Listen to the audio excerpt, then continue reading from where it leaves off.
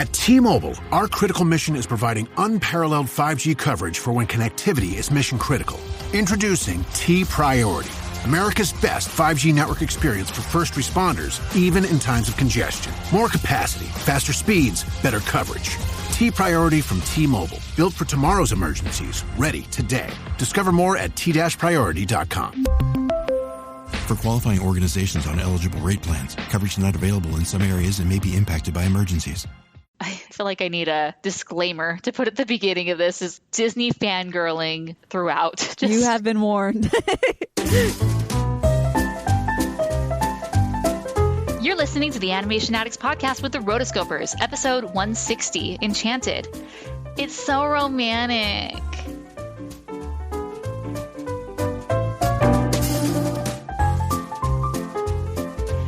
Welcome to the Animation Addicts podcast with the Rotoscopers, Disney, DreamWorks, Pixar, Don Bluth, and everything in between. I'm your enchanted, lovely, magical co-host, Queen of Andalasia, Morgan Stradling, and I'm here with my stepsister. What the? Chelsea Robson. Well, hello. I am obviously I'm the pretty one. That's why she keeps me out. Sure, that's how it works. Keep telling the yourself evil that. queen is up front. I said nothing about evil. Hey, Excuse me. If you're new to the show, this is the Animation Addicts podcast. We talk about all things animation past and present. We review an animated film every episode. And this episode, we decided to go back in time since at time of recording this, the 10-year anniversary of Enchanted is tomorrow. But by the time this comes out, will definitely have already passed. And so I thought it was a perfect moment to go back, relive that movie. I can't believe it's been 10 years, but we're just going to move on with that and talk about this because this movie has a very, very special place in my heart. And we'll talk all about it. But if you're new to the show, welcome. Be sure to subscribe. And a shout out to our newest patron, Cecil, who just joined this morning. So welcome aboard. Welcome to the patron family. We're glad to have you. And yeah, let's jump right into this, shall we? Let's do it.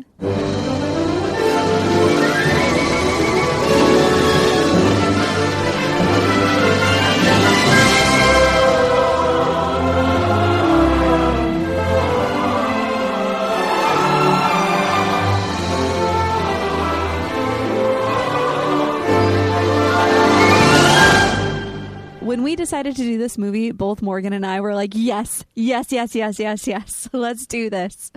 Because we were both so excited. This movie just has so many good memories, as Morgan mentioned before. So we just love talking about it. And honestly, I think this is one of my favorite movies of that time period. It stands so well. True. There wasn't that much great stuff coming out during that time wasn't. period. But it was like it even stands up today, I think. Oh yeah. I just had like the whim to watch it a couple weeks ago, and I was like, yes, please. And I'm watching it. I'm like, this like feels like it could have come out now. Like it's still totally. I'm still totally present in this movie. So I was like, woohoo. But what's funny is this was the first movie that they had animation, 2D animation in since 2005 in Pooh's Huffalump movie. So this came out in 2007, and so it'd been 2 years. So it hadn't been like that long, but still it had come after a lot of drama because everybody basically remembers the last fully 2D animation movie as Home on the Range, which came out in 2004. Right, as part of the canon. When they say Pooh's Heffalump movie, I'm like, well, yes, technically, but right. As far as the canon, Home on the Range, and the end on all things Home on the Range, like they completely shut the studio down because it was just dying, it wasn't working, and Roy Disney even had this big Save Disney campaign on his website to try and save 2D animation. And I remember frequently going to that website and just trying to see what news he had come up with and what was happening and just being really bummed at the state of traditional animation at this time. So when it was announced that Enchanted was going to have 2D sequences, it just like my heart fluttered because it had been so long, 2 years, since we'd seen anything from Disney, and it almost had become something that we grew accustomed to every year, was that a new traditional animated film was going to come from Disney, probably was going to be a fairy tale. And so for that to be gone for that time period really hurt, especially when the computer animated movies in its place, they did not meet any expectations of mine and did not fill that void. Right. So yeah. Well, I mean, the main thing, the fact that it was 2 years apart wasn't the big deal. The big deal was just that so much drama had come in 2003, 2004. So 2003, they closed down the Disney feature animation in Paris and Tokyo, and they also had major budget cuts and layoffs at the Orlando studio. And then in January of 2004, so beginning of the year, they're like, hey guys, guess what? We're closing down animation in Florida. And we're like, say what? They still had everything going on in Burbank, but still it was very slow, and they had canceled the movie A Few Good Ghosts that they were in production with, and so there was just so much stuff that it was just so much drama, and every time they would announce something like this, it was coming out of like the Renaissance, and so we were like, what? How could you do this? All of our lives, the lives that we remembered, we were getting these amazing movies, and Disney was our thing. And so it was just so much like pent up, like, how could you? How could you? Parents are breaking up. They're getting I know, divorced. exactly. No, the Burbank studio was getting smaller at the time, and then Michael Eisner, he stepped down in March of 2005, and then in 2006, January, Bob Iger is like, hey, guess what? We're going to buy Pixar because their contract had expired. And it's my speculation, I'm just full-blown speculation. This episode is brought to you by Progressive Commercial Insurance. Business owners, meet Progressive Insurance. They make it easy to get discounts on commercial auto insurance and find coverages to grow with your business. Quote in as little as 6 minutes at progressivecommercial.com. Progressive Casualty Insurance Company. Coverage provided and serviced by affiliated and third-party insurers. Discounts and coverage selections not available in all states or situations. That they were so busy with, picking up Pixar that they're like, meh, I don't think we're going to actually work on it and create a pipeline for a 13-minute footage. And so we're just going to outsource it. So this animation... Well, there wasn't anyone, like literally the studio did not exist, right? The Burbank still had things, but it was smaller, and it had moved to traditional animation, and they'd actually gotten rid of a lot of their traditional animation equipment. So it would have been not entirely, but for the most part needed to do a big sequence like this. And so, yeah, moving it to quote outsourced studio, I mean, it was a former Disney animator, but it was obviously made more sense. Right. I mean, the thing is, like, it didn't totally close down as far as all of the 2D people there as of... I mean, Eric Goldberg is still there to this day, right? But has been there through this whole time, right? Eric Goldberg and Mark Henn are the only ones left. But it's like, out of everybody else, everyone else is gone. So they've gone talking as in today, 2017. Yes, 2017. Right. So this was just this time period. It was like the moment. It was kind of like a beacon of hope. Like, is it possible that they are going to open back up 2D animation because of Enchanted? If Enchanted does well, will that, help Disney see that it's not really dead? Like, that's what we were thinking as this movie came out. We're like, oh, I really want this movie to do well because it could mean like great things. And granted, they did come back for Princess and the Frog, but it didn't last long. So that was the last one. Their last little attempt at 2D animation. Wah, yeah, wah. The 2D sequences were done by James Baxter and his company, James Baxter Animation. And he was a former Disney animator. He worked on Who Framed Roger Rabbit with Dick Williams. He worked as a variety of different characters. Jessica Rabbit, Belle, Rafiki, Quasimodo. So, I mean, there's this story that I can't remember, but I remember in an interview they were talking about how he was fairly newer in Who Framed Roger Rabbit, and while he did do Jessica Rabbit and other characters, initially they'd given him smaller things, so they gave him this like hand to animate, and he just did such an amazing job with it that all the other animators were completely blown away and mesmerized by this hand that he could animate. And he really proved himself and was able to climb. So he had lots of experience animating a variety of Disney characters, from heroes to princesses to, Jessica Rabbit. And he had this studio that he was doing at the time. It no longer exists, but I do remember going to his website at the time, and it showed like works in production, and they had little stills and clips, and seeing his work on Enchanted just got me so excited. I'd visit it quite a bit during this period. It no longer exists, but I think his studio has gone away, and he's kind of more back working at the traditional studios. But yeah, so he and his studio did that. And to me, the 2D animated sequences just feel slightly off. Yeah. Always. And I don't think it's because it was done by a different studio. I just think because it wasn't like the full Disney effect. I don't know. Like, there's something about the character designs that are slightly off. Sometimes their eyes look a little cross-eyed, or their noses look funky. I don't know, but there's just something, like, I love this movie so much, and I love the 2D sequences, but every time I watch the 2D sequences, it's just, there's something off about them, where they're great and they're really good, but I can't really place my finger on it. But I don't know if anyone else feels that way, but I've always felt that way watching them. Really? Interesting. Well, these were actually done with cell animation, so these aren't even caps or anything like that. Like this, or had any 2D. They're taking it old school.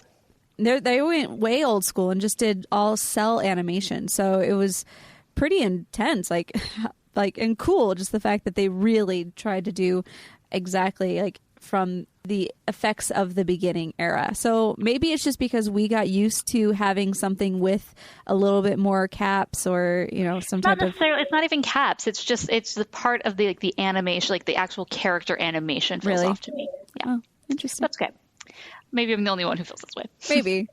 They actually took some live action footage of Amy Adams as Giselle, and so the animators could use it as reference.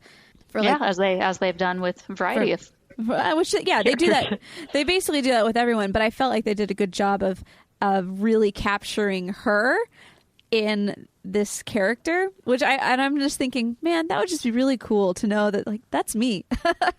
Well, that's the problem with Giselle and Amy Adams, is because so many people say, oh, I'd love to see Giselle at the parks. And kind of part of this movie, it'd been in development a long time. The script was initially purchased in 1987. It was supposed to be more of an R-rated sort of comedy thing. Yeah, but then over time it went through many, many rewrites. And the reason it took so long is because they really didn't want to come off as making fun of themselves, and like really poking the finger, but they wanted to pay homage while, having parody. Right. And I think they struck a very nice balance where, like, okay, it's obvious, falling in love with Prince you've never met before after 2 seconds of singing a song.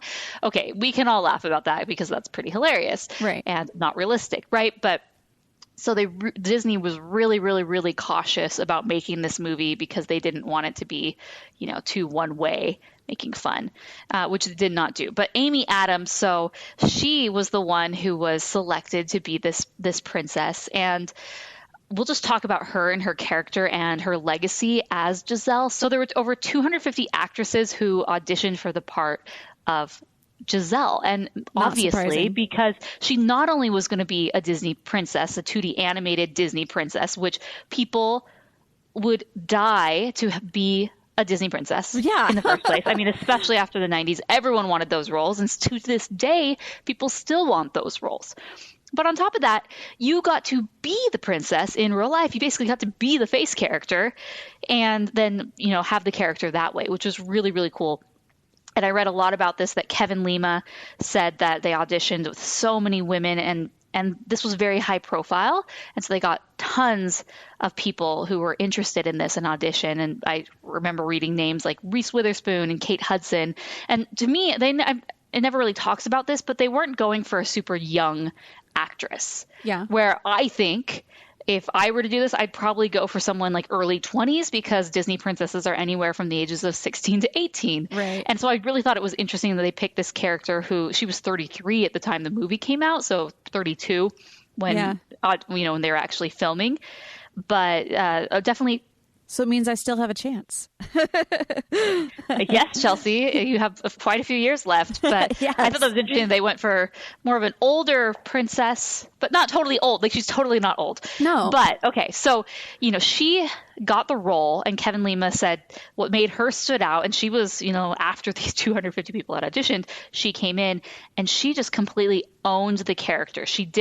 There wasn't any, embarrassment over this character or trying to distance herself. She completely owns the part and was very real, because they needed someone who was going to take this role seriously, even though it's completely not serious at the same time. Like, she's so over the top and goofy and into her animated world and background that's just her world. And so they needed someone to have that sense of naivete and innocence.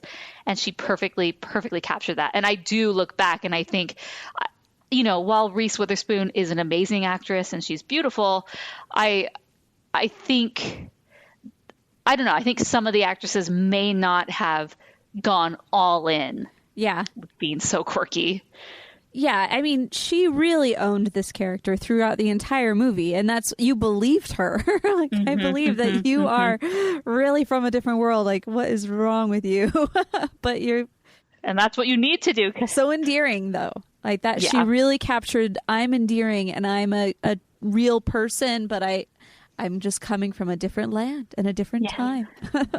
So talking about when they're making this film, obviously this film had been in production a long time, but one of the perks of making a film like this is that you get to introduce a new Disney princess to your lineup. So the Disney Princess brand had been established for quite a few years at this point in time, and adding a new princess to that lineup is very special, and let's do it if we can.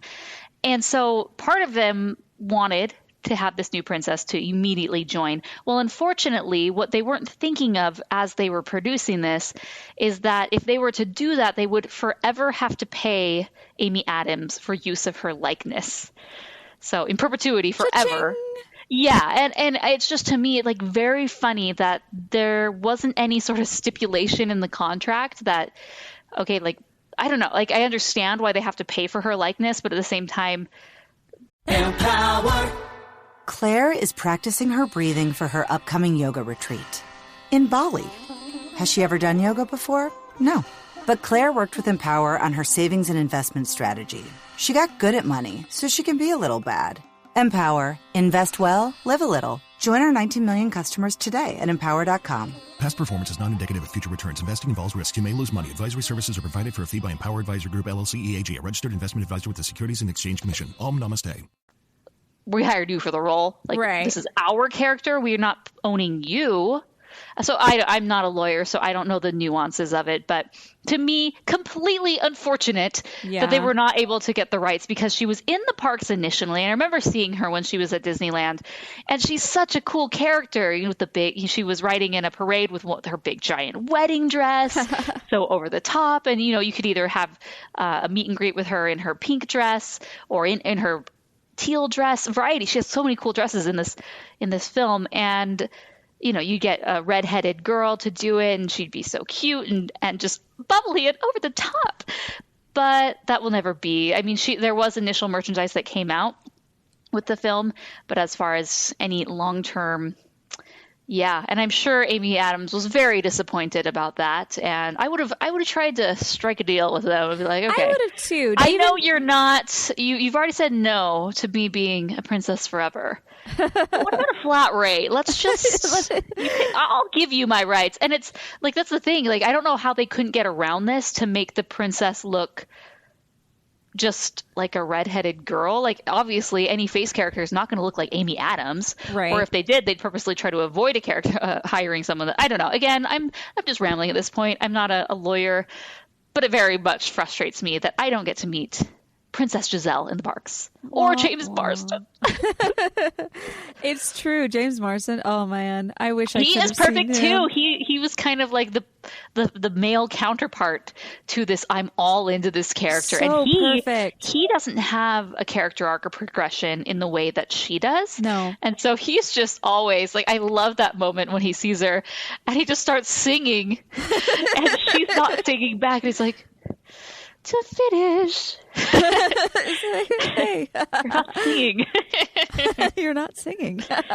It's oh my gosh. It's very awesome. So good. He really did so well in his part. And I think having the fact that he didn't have any type of an arc just made it just so perfect. Ugh. Like magic mirror.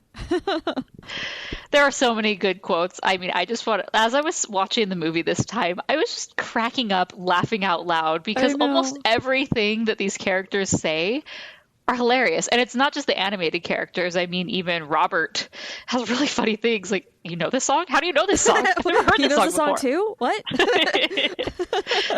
Very good. Oh, so good.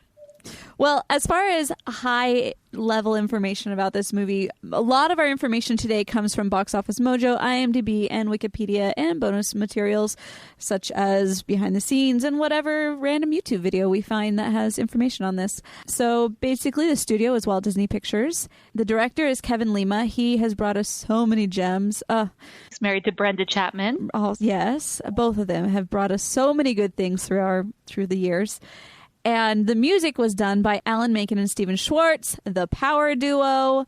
I love them. And it was released November 21st, 2007 on a budget of $85 million. This was a huge success because its domestic gross was $127 million and worldwide was $340 million. So really good return on investment. Really good. Absolutely. I remember being excited for this for months, years almost. I was going back and I pulled up some emails that I had sent Chelsea.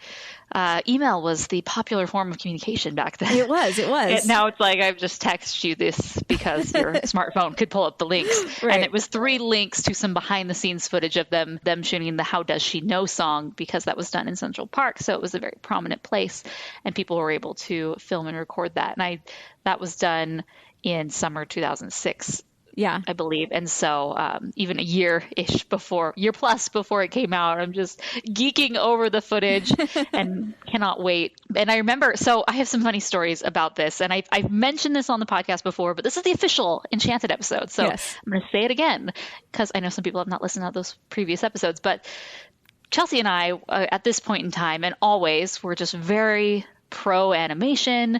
We always love to talk about the new things that Disney was having in production. And so we were really excited to go see this movie together. Well, I ended up seeing it alone. Yeah. Thanks a lot. So we did not see this together because at the time that it came out, I was working in New York City with a nonprofit, and I would get back the day after Thanksgiving. And of course, this came out on the 21st, which was like 4 days beforehand. And Morgan was like, yeah, I'm not going to wait. I'm just going to see it by myself. And I was like, jerk. And I wasn't able to go see it because I was working. And so I had to wait. And I'm pretty sure I saw it alone or something too. I was like, jerk. I don't know why I didn't just go see it again with you or wait. But then again, I couldn't wait. I came over Thanksgiving. It came out. I had nothing to do because everyone else was still working the day before Thanksgiving. So I believe this was on a Wednesday before. And I think I did see it Thanksgiving as well with my family, but I was so excited. So I was talking about this with everyone, Chelsea, my roommates, my boyfriend, and the family. Everyone knew that I was beyond excited to see this movie. So I have a few funny stories. So that the day that it came out, I went. They did not have a midnight screening, and I called so many theaters because at this point midnight screenings were very popular. So I figured, like, of course, the newest Disney movie is going to have one. No, they did not. And what a travesty that they did not have a midnight showing for Enchanted. That's true. Very true. Anyway, I got over it and I said, okay, how dare the world not be as excited about this as we were. Right. I mean, come on, get with the program here. So I went and saw the very first showing. I believe it was a 9:30 showing the morning it came out. And it was me and an old couple. Because, old people, they got to get their stuff done early. Right. I mean, by that point, they've probably been already awake for 8 hours or something, since they wake up so early. And I go, and I'm just sitting there alone, and I could not have been happier. I was on cloud 9 because, again, this was the moment, the resurgence of Disney animation. It'd been 2 years, and I know you think, like, 2 years, big deal, but that was a long time, considering the last we saw was Home on the Range. And so this wasn't only the second coming of that, but it was like a Disney princess in animation. Oh my gosh. I know I'm being a little dramatic, but this is really how I felt. This is really what it was. I was so excited. And I remember that opening scene where it's for that opening scene with True Love's kiss and she's singing, and it's just all the classic Disney tropes and princess tropes. And the song is so cheesy. It's the princess musing about love song. And I started tearing up and crying. I was so excited to have 2D animation back, like not just 2D animation, Disney traditional animation back on the screen, that I started crying. And it really, really meant a lot to me that this movie existed and that this was included in there. Yeah. And I'm sure some of you are like, okay, crazy girl. But again, this is why I have an animation podcast. It really, really meant a lot to me. So then I come back from Thanksgiving and one of my roommates, she's like, so I can't believe you. You were talking about that Enchanted movie, and I went home for Thanksgiving, and since you'd been talking about it so much, my family went, and we went to see it. And apparently she didn't watch any of the trailers. She wasn't really like up to speed about what it was. And she's like, the movie started, and we were completely horrified. Like, and she was like, she's very much not into animation, not into Disney stuff, like way too cool for school. And I love her so much and she's amazing, but that was not her jam or her cup of tea, right? And she was like, we were so horrified of what we were watching. And I'm just like, oh, sorry, like complete opposite reaction of me. Yeah, so sorry. I'm sorry that I hyped it so much, and I don't really know what you were expecting with a movie called Enchanted, and like even the movie poster is very whimsical in a way, but yeah, so. Oh, it's so not funny. A fan. So not everyone was as excited to see it as me. There you go. Apparently, and they have a lesser life for it. I'm sure their life is fine. Yeah, for anybody who wants to know a little bit more about how into animation we have always been, I'm looking at our early, on my Gmail, I'm looking back at old emails as well and seeing a return of the ultimate Disney quiz that Morgan and I sent back and forth. we would create this quiz and send it back and forth to each other. Like, here's the questions and here are the answers. Oh my gosh. 10 points, and then here's your one. Score from the last one. We were so cool. Such nerds. But like, that was our life. Like, I loved obscure Disney facts and trivia and quotes. Still do, but I think I'm going to start putting like some of these old quizzes that we made in the Roto Nation Facebook group. Yes, please do. And we'll see how well they do. And apparently I had a very intricate scoring system. I'm looking at that. Right, you got 67 points, but I think there's only like 10 questions, so I don't know. Oh my gosh. But yes, if you would like to check those out, those will be in the Roto Nation Facebook group for any patrons, $5 and up, and there's tons of them, right? Like, we went to town for years on these. Right. So this will give us plenty of content for the next little bit to come. Oh my gosh, so fun. Well, I think one of the first things that I remember about the movie is going in. I just remember being so happy and just being so in to this movie. Since the moment it started, I was just like engaged. And the moment they end up in New York, it's like, oh, they're here. Because I had just gotten back from New York and I was so excited. It was like, oh, I've been to all of those places and yay. But they had the music in it was like, oh, bring me back to the good old days. And the casting was fantastic because Amy Adams, as we've talked about, did fantastic. James Marsden obviously was great. And then also because Wicked had come out not too long prior, you had 2003, a few years ago. Yeah, just about a couple years prior. And Idina Menzel was in it. And we were so excited about her, too. Because, like, oh, my gosh, Idina Menzel. They've got to have somebody. Like, they've got to have her sing a song, right? Right. That's why you hire Idina Menzel, is so she sings. Yeah. But not so she can say romantic weirdly. You're so romantic. Like, there's a T in that word, excuse me. Oh, it's so true. I love you, Idina, but romantic. She does get it right in a later, when she says romantic later, but it always bothers me. Anyone else? Anyone else? Just me? Okay. So romantic. You're so romantic. Well, I mean, you're looking at this, and they actually did they created 6 songs total for the soundtrack, but only 5 of them ended up in the final film. But then I was watching a whole bunch of, because I knew there had to be this song that because I had heard that they had done one or something, but then it got cut, and so I was like, I have to find this song, see if it's on YouTube. And I just kept looking, and it's not there, or at least I couldn't find it. No, I remember they were talking it. So this is a song between Idina Menzel and James Marsden, both amazing voices, and this is presumably after they get married or whatnot, because why would they be singing together? Right. Or perhaps it's some sort of duet where they're in different places and they're singing about their love. But so, yeah, I remember them talking about this song in the different press that they were doing. And they're like, oh yeah, it's for sure going to be on the DVD. The DVD comes and goes.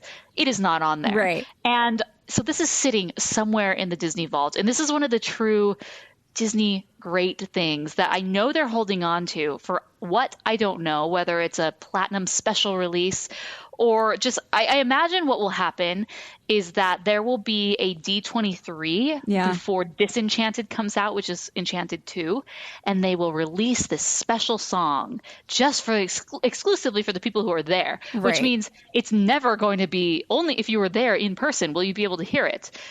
Which is very sad. No, I know.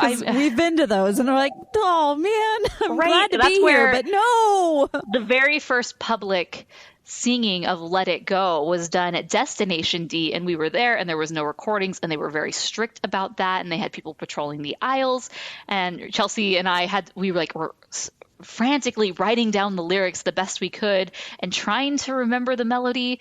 And Chelsea has a video where it's like the very first YouTube video of Let It Go.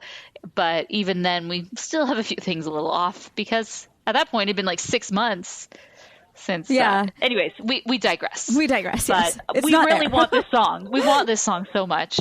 Yeah. But we probably will not get it. Well, and I think what happened is I'm watching some of these interviews. It said Idina said that she was actually really glad to know when she got the part that it wasn't a singing role, because she said, theater people just tend to get pigeonholed, and I was just glad to know that I could be seen as an actress and not just a singer. I'm like, girlfriend, you're lying. You're lying. No, well, I could see she's not lying, because that's the thing is Broadway, as amazing as it is, and the incredible career that you can have on Broadway, it's so limited, and to be on the big screen in Hollywood gives you so many more opportunities and money. Therefore, I need to be seen as a serious actress and not just a Broadway diva and this amazing singer that I am. Buy my CD. Buy my CD. Yeah. Well, I was watching a couple of them, and so it sounded like at first she was like, oh yeah, I was glad, it wasn't. Okay, so that, to me that says, okay, they probably hadn't written a song for her, but later on I knew that this song existed, so I'm like, okay, then they must have found out that she was the one that got the role, and so you have Alan Menken and Stephen Schwartz. I mean, hello, we've got Idina, we might as well write her a song. So they, I think as a last afterthought, wrote the song for them to put in the movie. So in that case, I can understand how it would be cut for quote unquote pacing. So in that way, I'm like, all right, but still, so frustrating. I want to know this. But yeah, and what was crazy is this song, for example, it was 5 songs that were on here, and 3. I love that we're not even to the point of talking about the movie. I know, but 3 of those songs out of the 5 were nominated for Academy Awards, and not one of them won. I was like, no. I know. It was because they split the vote. I was like, ugh, rude.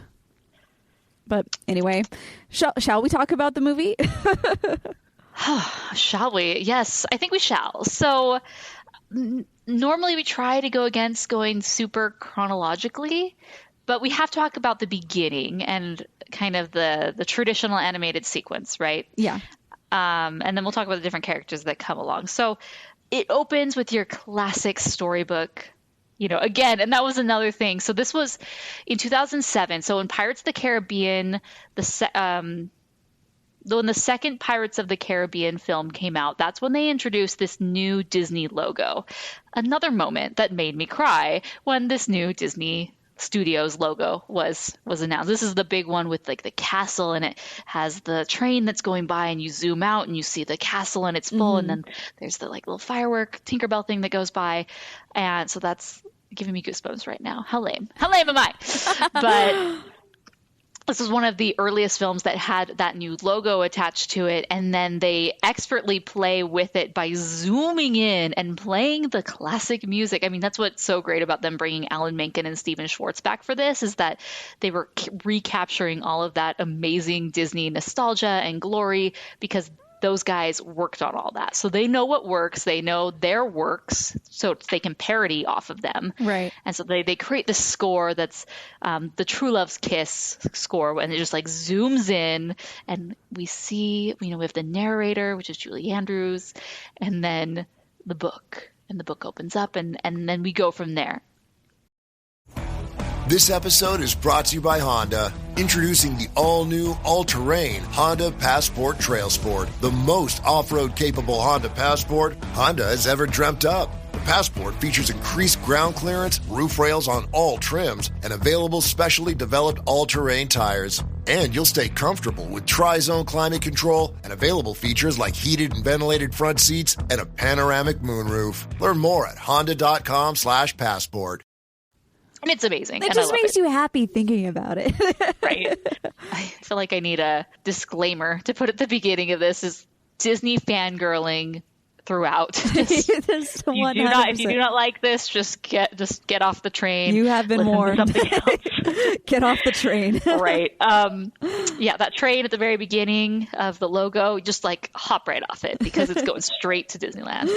Anyway, yeah. So we jump in, and it's this traditional animated sequence, and it's of this princess, and she has all the things that you expect of a princess: the long, amazing, flowy hair, the beautiful dress, the animal critters. She's singing about love.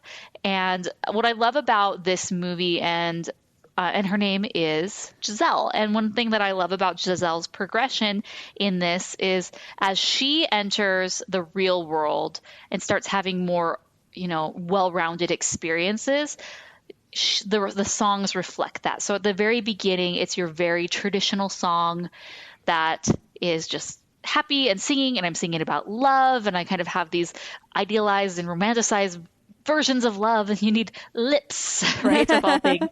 Where's his lips? But then as we progress, each song gets less and less kind of animated, cartoony, whimsical, where she sings Happy Working Song, but it's slightly less than True Love's Kiss. That how there's other people singing along, and then So Close, where it's more modern, and she's not even singing, it's someone else, right? So every song just kind of goes down the spectrum toward of like more modern, and so each song travels that spectrum from very cartoony, over the top, classic Disney, to more modern, realistic, well-rounded, I guess. Mm-hmm. And I like that. So this is definitely the I'm all in moment, and it kind of has a little reprise where we have him singing it, and he's looking for the exact same thing, which is and his character is, so his mother is the mom, right? Or is his stepmom? Okay, stepmom, yes. So he's singing, but he has been distracted because the stepmom is the ruler and his queen, and she has been distracting him this whole time, so he does not find love. So he's been hunting trolls and doing all these adventures and quests, because obviously if he gets married, he takes the throne, being the true heir. But no, everything just happens, and they find each other, and they finish their duet, and off they ride literally into the sunset to be married in the morning. And everything about this is so quick and fast and perfect. Like you're thinking, this is ridiculous. They're getting married, and they're getting married in the morning, and they just met each other. And like, that's kind of the point, because when people criticize Disney and Disney films. It's like, oh, they fall in love so fast and whatnot. And so they really played that up. You only have 90 minutes to tell a story, so I mean, come on, yeah, I can't show you the 6 months of courtship. But with a lot of Disney films, it's the idea of true love, and that can be almost instantaneous. Like when you find the one, there's no need to wait. Right. Because you are the one, and it is true love, and off we go with our happy ending. Why wait? Just go. I felt like this part did a good job also of setting up the villain. And I today looking, 2017, looking back and thinking, the days when we knew who the villain was from the very beginning. No guesswork. Not the same anymore. So, yeah. But I loved the names that they gave each one of the characters. So, for example, Amy Adams is just Giselle. She doesn't have a last name. But like when she gets to New York, Patrick Dempsey his last name is Robert Phillip, as in Prince Philip, who is always the best. Always, of course. Always the best. And then Idina Menzel was Nancy Tremaine, which made me chuckle. I was like, because she's going to be the stepmother, right? So, and then you've got Pip. He had two voice actors. One was Jeff Bennett, and the other one was, when he was in the live action world, was Kevin Lima. And I think Kevin's did a great job. Oh, It's like, you sure? He's good. He's good. I quote that all the time. He's good. So I just felt like they really went above and beyond in trying to tie everything back together. So when they finally do get to the new world, obviously the first thing, she's like, oh, it's grumpy. Which could be considered completely insensitive, and that's kind of the point. Yeah, like, geez, lady, are you for real? and then she's knocking on the door of first off, the crazy man takes her crown, and right. Just like, such a pretty smile. Will somebody help me and just listen to me? Oh. Then she's knocking on the castle door, and then that's when everyone shows up to like catch her and everything. Oh, and then just the fact that I liked his storyline and his arc, Patrick Dempsey as Prince Robert Phillip.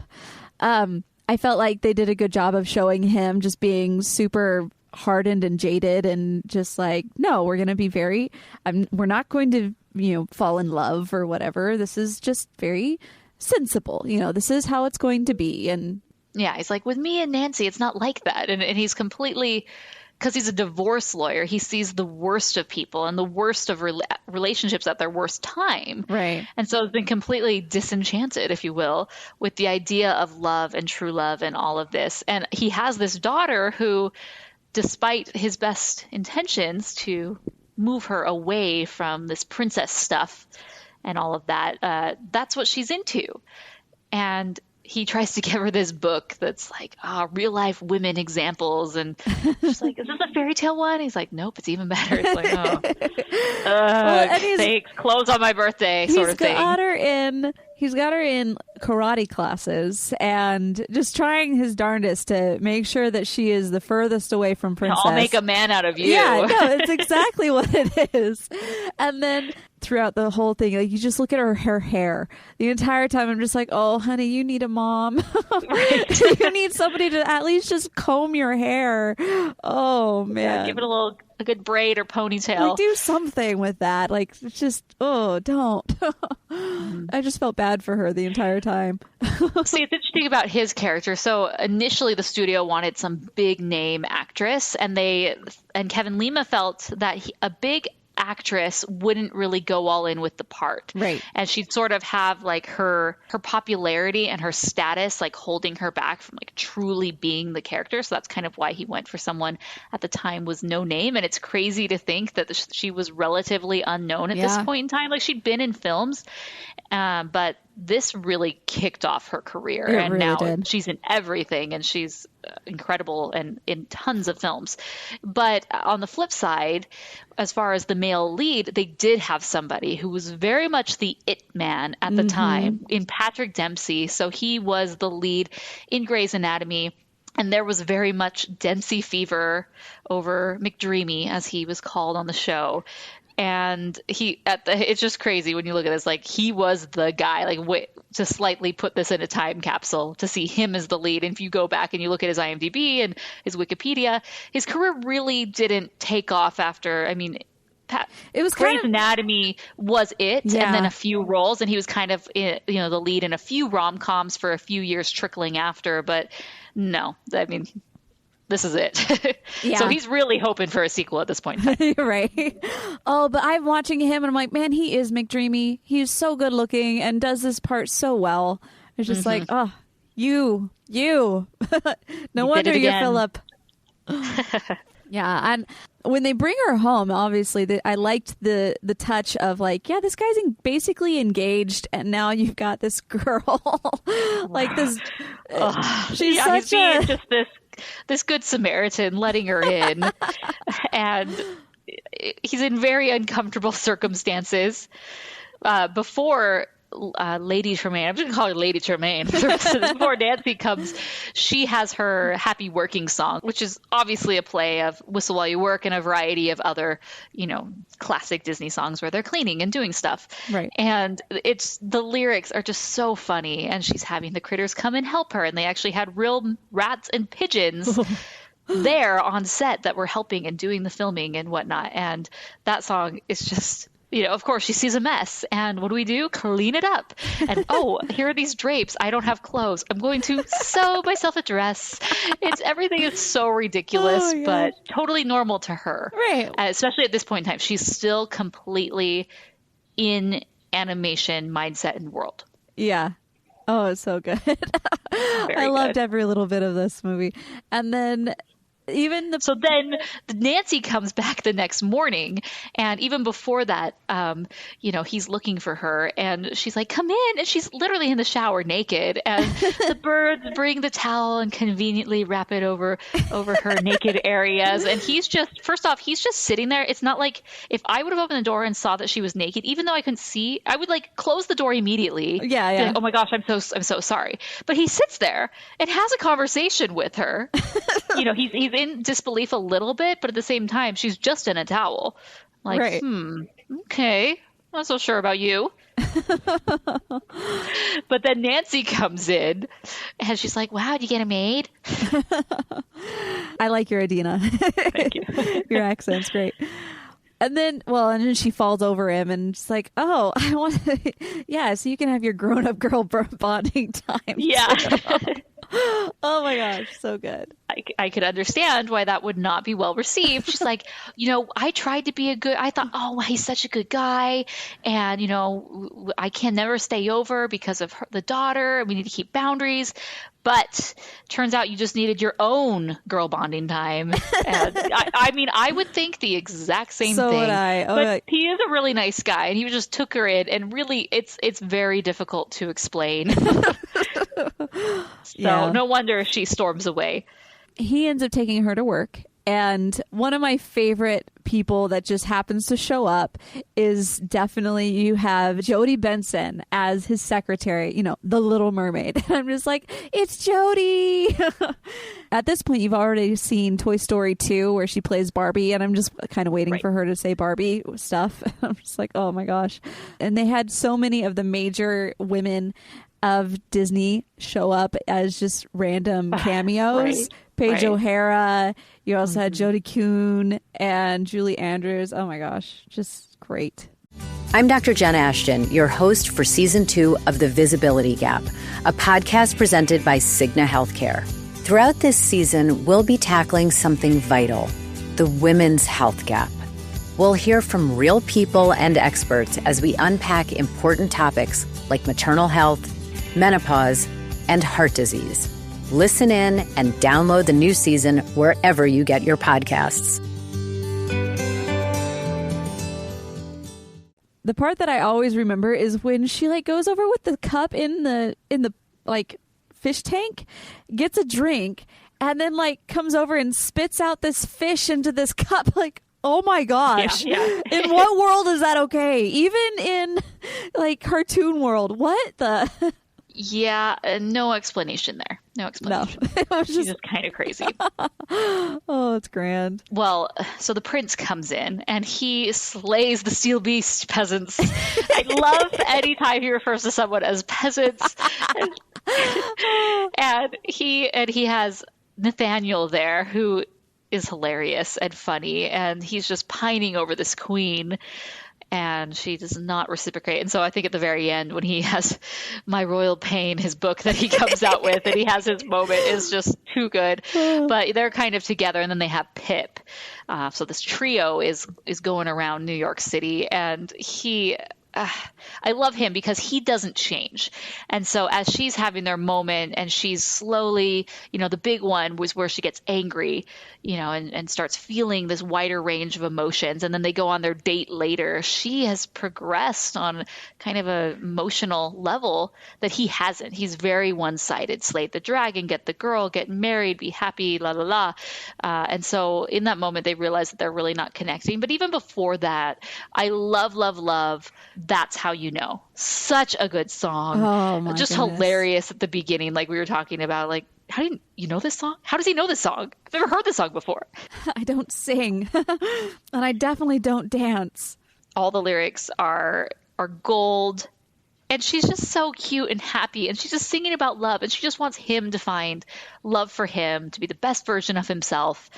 And it's just really funny how the movie progresses, like, oh, and there just happens to be a kiosk where they're having a ball and you can buy tickets and sign up. Like, if I had like a ball and they're dressed up, like fully dressed up, like, I'm not sure I'd be going to Central Park to try to just like hawk tickets. Right? I would have had a better, especially in 2007, promotional plan. But that's cool. It very conveniently sets up the idea that there is this ball that is going to be happening in New York City. Because there's always a ball. There has to be a ball. Right. No, of course. They have to have a reason to get all dressed up and swanky and... Well, I love, so as we were talking about different progression, is she progresses at the moment of the ball with her gown. She has this very modern gown.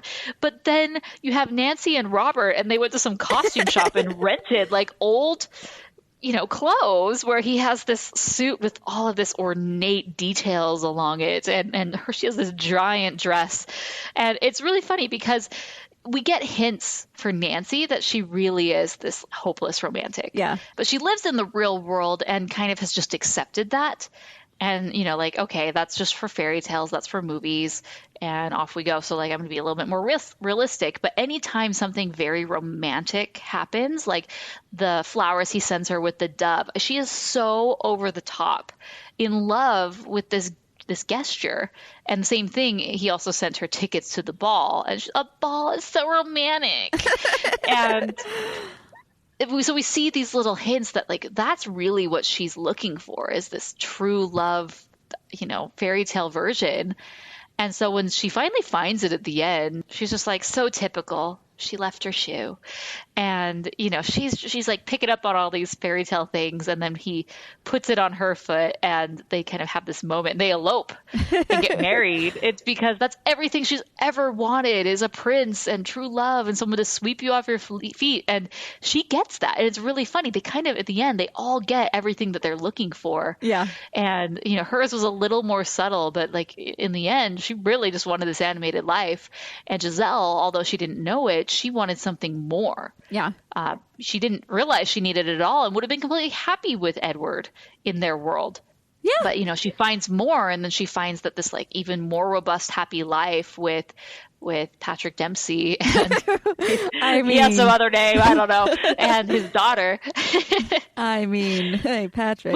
Which is kind of interesting, the premise for the second film, Disenchanted, and the fact that it's about her after being married for 10 years, she like realizes there's more, or like happy endings aren't always perfect, and starts searching. Like I'm kind of intrigued. I'm not sure. Interesting. Like, is she I haven't seen breaking up? When did you see this? So they haven't really announced anything about Enchanted 2, also known as Disenchanted. The last big piece of news is they announced a new director. That was in fall of 2016. And supposedly summer 2017 is when they were going to be filming. Now, I haven't seen any photos of filming. I haven't heard really anything other than supposedly they're doing that. And then it's coming out in 2018. But it's almost 2018. And I don't really see this anywhere on Disney's lineup. So supposedly it's moving forward, but I'm not sure. We'll wait until it happens. Yeah. So going back. Well, we kind of just talked about Nancy's whole thing. The thing about when they go to the ball and then you get to the song So Close, like right before that starts, the fact that they're like, and now here is the moment we've all been waiting for, the King's Waltz, where we dance with somebody we did not come with. Like, what the heck? I'm like, huh? I mean, like, why is it called the King's Waltz? Because the king was such a adulterer that he would always have a dance with someone who wasn't his wife. Like, what? Yeah, it was like, that part never made sense to me. If they would have been like, hey, just for fun, let's do something a little different, like right. Instead of being like, this is the moment. Now go somewhere else. Totally. They make it seem like it is the high point. And there's nothing wrong with having a dance with someone who you're not married to or you're not dating or you didn't come with. Like, that's kind of one of the things that they did at balls. You dance with a variety of people didn't mean much. Right. But the fact, that they say this is the moment you've all been waiting for. The big king's. It's like, what? Right. But I loved the song So Close. It's just the lyrics. Stephen Schwartz did such a great job with that and just moved everything along so well. And you really felt the high intensity of like, oh, will she, will he, won't he, until it's so close and still too far. Like, oh no. I know. Like, really does a good job of taking you down that roller coaster. And as I'm thinking about all of these, as we mentioned before, like, all three of these songs, the Happy Working Song, That's How You Know, and So Close, were nominated for the Oscars. And I'm thinking, okay, the only reason they didn't win, in my opinion, is because they split the vote. Everyone picked, either one of those three. But, right. And so it split the vote, and so now Falling Slowly from the movie Once ended up winning, and I'm just like, oh, so sad. But lame. It was like, no. So I want to know, which song would you have chosen to be the only song to go into Best Original Song? That's How You Know. I would have done the same too. Yeah, That's How You Know. I would have picked that all one. the songs are good, but that is like the best song. Yeah, and really kind of encapsulates everything about this movie. Yes, That's How You Know. And then I think for me, it was like a kind of a draw almost between So Close and That's How You Know. But in the end, I would have gone with That's How You Know. And so I'm just like, oh, it's so too bad that Alan Menken didn't and Stephen Schwartz didn't get that. I was like, wah, wah. Maybe for Disenchanted. I just love saying that. Disenchanted. Disenchanted. Say it as many times as I can. Maybe if I say it enough, it'll actually happen. Right. We'll get a release date. Exactly.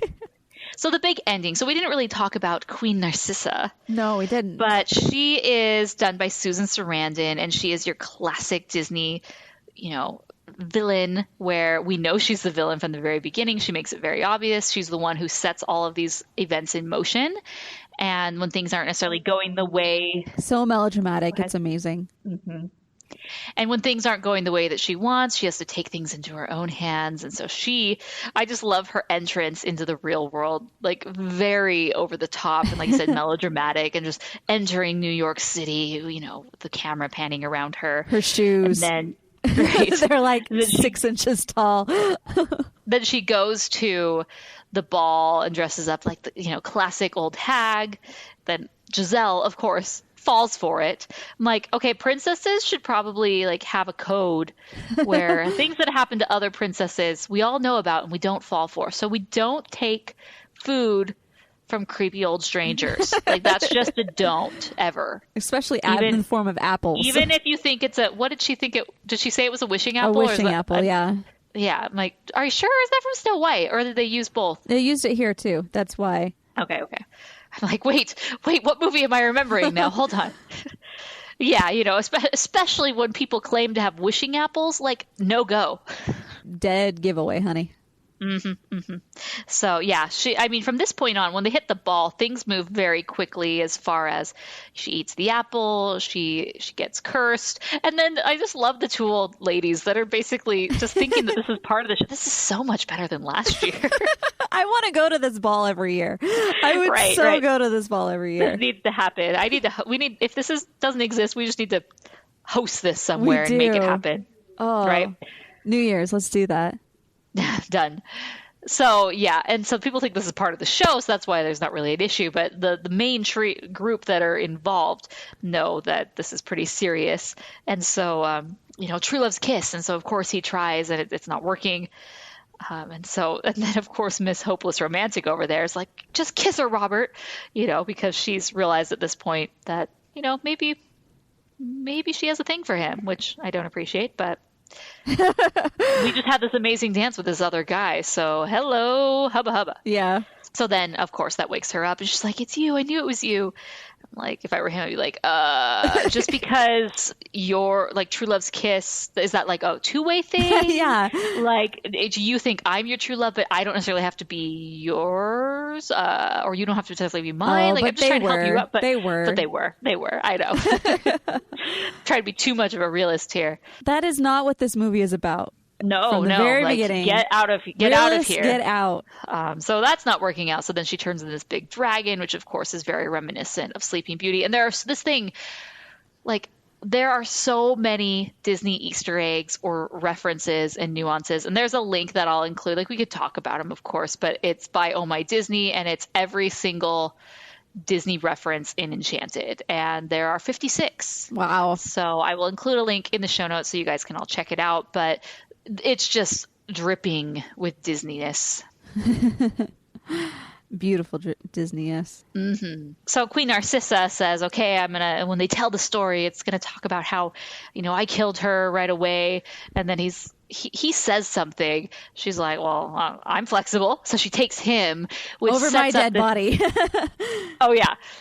Over my dead body. And so she takes him, and it sets up this opportunity for the princess to be the hero and save the day. And so, she slays the dragon, and she saves him, and it's so great and amazing. And then it leads us into this final song, Ever, Ever After, and the epilogue, more or less, or the ending. And Carrie Underwood. Thanks, Carrie. Yeah, no, the epilogue is one of those moments that I'm like, okay, I really appreciate her getting into animation. And I was really sad because I was like, Idina Menzel needs to be in animation. Why not? And so she didn't get her song in this movie, but 8 years later, she did get Let It Go. So I guess I don't feel too bad for her. Right. But it's so funny to me because I'm watching and I'm realizing, okay, now Nancy gets swept away into Giselle's life as an animated character and as the new princess now / queen, I guess. And then Giselle comes over and she just switches places with Nancy and, just takes over her fashion designer gig. And I'm thinking, how do you explain that to the workforce? So you remember Nancy's gone now. She's never coming back. She's basically dead. To them, she basically is. And this is now your new boss. And we're going to be doing things we are definitely under new management. We need to add some color in here. This is now Andalasia Fashions. We got lots of kids running around, and the workforce now involves, rats and mice. So PETA is also going to be involved too. So you got to be okay with it, or the door is out there. The door is that way. Hope you're not allergic. Right. So she still brings a little bit of her animated life, into the real world. But other than that, she's kind of more well-rounded, if you will. Right. She hasn't completely lost it, but she has more to her than just wishing for lips to kiss all day long. Those are great lips, though, man. Is there anything else that we need to go over before we rate this? This episode is brought to you by Prime Video. In the small town of Holland, Michigan, nothing is ever what it seems. Behind the tulip festivals and pretty houses lay dark secrets that threaten to tear a marriage apart. Nicole Kidman stars in this darkly twisted thriller about a wife and mother whose quest to uncover her husband's secrets may get her more than she bargained for. Holland, streaming on Prime Video March 27th. No, there's just too many things, all the Easter eggs, all the funny quotes. We do actually have, let's do our patron question before we move on, because I knew there were so many quotes and we could talk about them all, but I'm like, let's ask the patrons, what is your favorite scene or quote? And Bethany says, "The still beast is dead, peasants. I have set you free." Great. Anything with that word. Amazing. Fadi says, "I love the dance scene when So Close plays, and there's so much romantic tension between the characters, plus the song is really nice. Might be my favorite scene of the film." Moss says, "I love how the movie begins with animation, how Disney mocks its own legacy. Perfectly exemplified with Edward claiming, 'Oh, Giselle, we shall be married in the morning.' It gets me every time. It is so perfect. And the whole True Love's Kiss song and sequence is perfection." Chris says, "I'm usually not a song guy, but the That's How You Know scene is awesome." Mm-hmm. Yes. Alex Pilgrim just had a gif of saying, "Is good." Is so good. I love that. AJ says, "I love the That's How You Know number. The song is such a fun mixture of styles, and I love the use of Central Park locales. I also love how the dancers represent a huge melting pot that New York City is, with a huge mix of ranges, nationalities, and professions." Mm-hmm. I love that too. Like, there's different moments where there's different ethnic flair of different parts of the song. Matthew says, "In the animated scene where she sings, 'Ah, ah, ah,' and all the animals sing with her, it's so funny because Disney is making fun of itself." And Jonathan says, "I love the happy working song. All the music is great, but that one is so perfectly skewering a very specific song in a very ridiculous and clever way.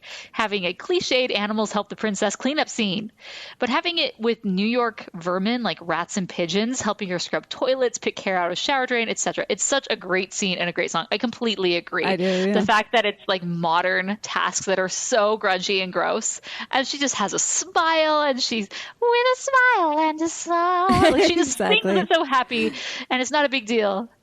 Yeah, the lyrics are great, and I think that's one thing that Stephen Schwartz really did well as the lyricist, is just really pokes fun at himself in a fun, clever way. Yes. So thank you guys. Thank you. I mean, I'm just going to give this straight 5 stars for me, just because I feel like the writing of the script, the screenplay was so clean and crisp, and everything referred back to itself so perfectly. I feel like this movie just worked. The fact that every bit was over the top made it just all the more enjoyable, because you knew that that's what was happening. And just so many, as a Disney fan, you could just get so much out of this movie. And that, as well as the songs and the just once everybody played their part so well. I really can't give you a thing of like, I didn't like that. They could have done that better. I felt like everything worked, and Kevin Lima just knocked it out of the park on this. So, like me or hate me, I'm giving it 5 stars. Nice. So I am teetering between 5.5. Whoa. 4.5 and 5 stars.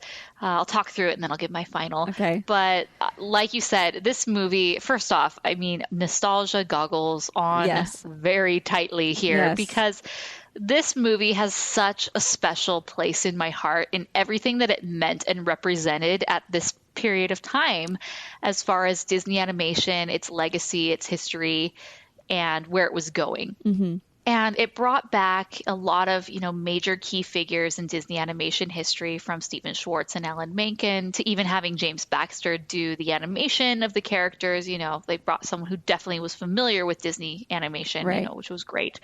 And just the story arc and progression is really great. I don't feel like this movie ever has any slow moments. Mm-mm. And the character development is really quite good, especially with Giselle and all the other characters that she interacts with, as she has her influence on them, and they likewise have an influence on her. And I think everyone is better for it. And I love that. The songs are out of this world amazing. So perfect. Couldn't ask for a better score. I think I listened to this so many times over the next year and beyond.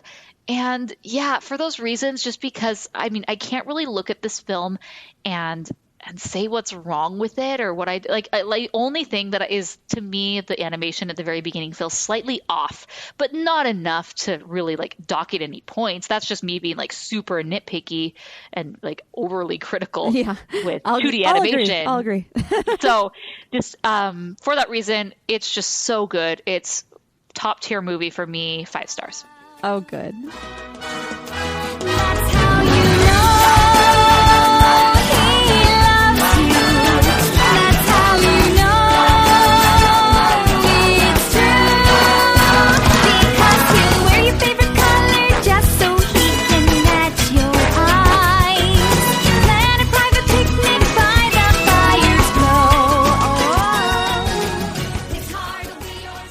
All right, so we do have some voicemails, don't we?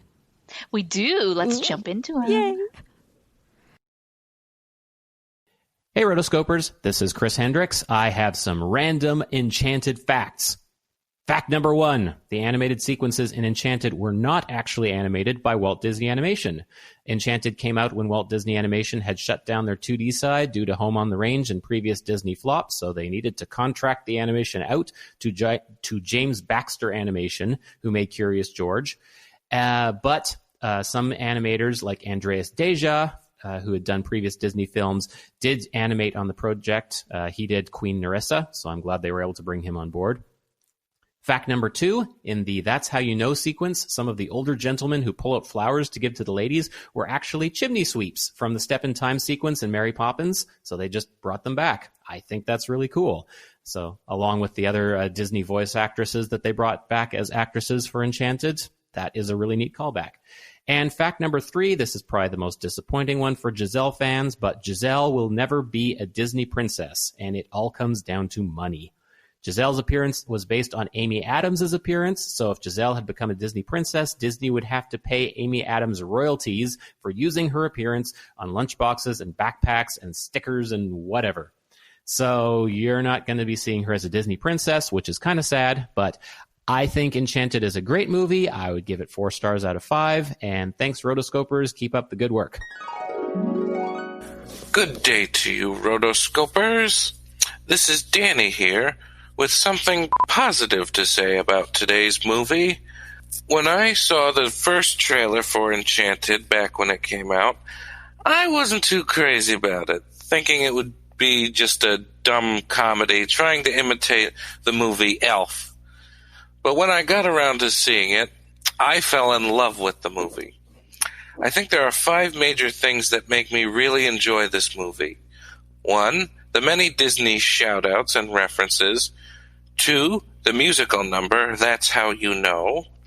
3, the fantastic performances from Amy Adams and James Marsden as real-life cartoon characters. 4, the character of Nathaniel. I love that guy and his character arc. And finally, I really loved its message about happily ever after and how we can apply it to real life.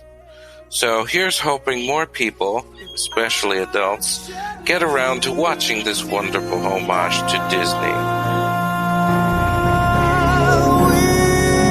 We're so close to reaching that famous happy ending.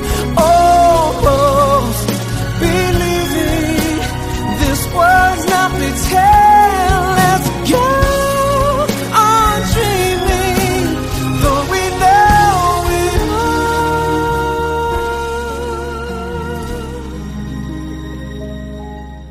So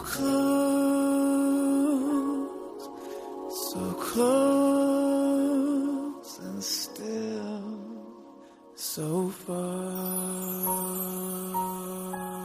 My word, thank you so much for joining us today on this amazing episode of Enchanted, number 160. And thank you, friends, for joining us in the voicemails. If you want to send us your voicemails, go to rotoscopers.com/voicemails, or you can send us a voicemail on our phone number, if you dial 406-646-6575. So do that. It'll be awesome. Mm-hmm. You do it. You do you. You do you. And give us a call. Also, if you happen to be there, like during this time, like if you are listening here and you're like, oh, I worked close at Disney or something. I worked at James Baxter right. Animation, or I was like, there and you were totally wrong about the animation studio being whatever. Like, please. Yeah. Also, send us a voicemail and tell us, because we like, one, it makes us feel like, oh, that's awesome. Or an anonymous email. We normally don't read emails anymore, but we will specifically read one for Disney history. Yes. You better believe. So if you happen to have been there, let us know. Where we like the insider scoop. Yeah, we love these things. And yay, be a part of the fun. All right. And also, if you're wanting to subscribe to us on iTunes, you can give us a review on there. It really does help us out. We also are on Stitcher Radio. And I just got a notification that we are going to be putting this podcast on Spotify as well. So you'll be able to listen to it everywhere great podcasts are found.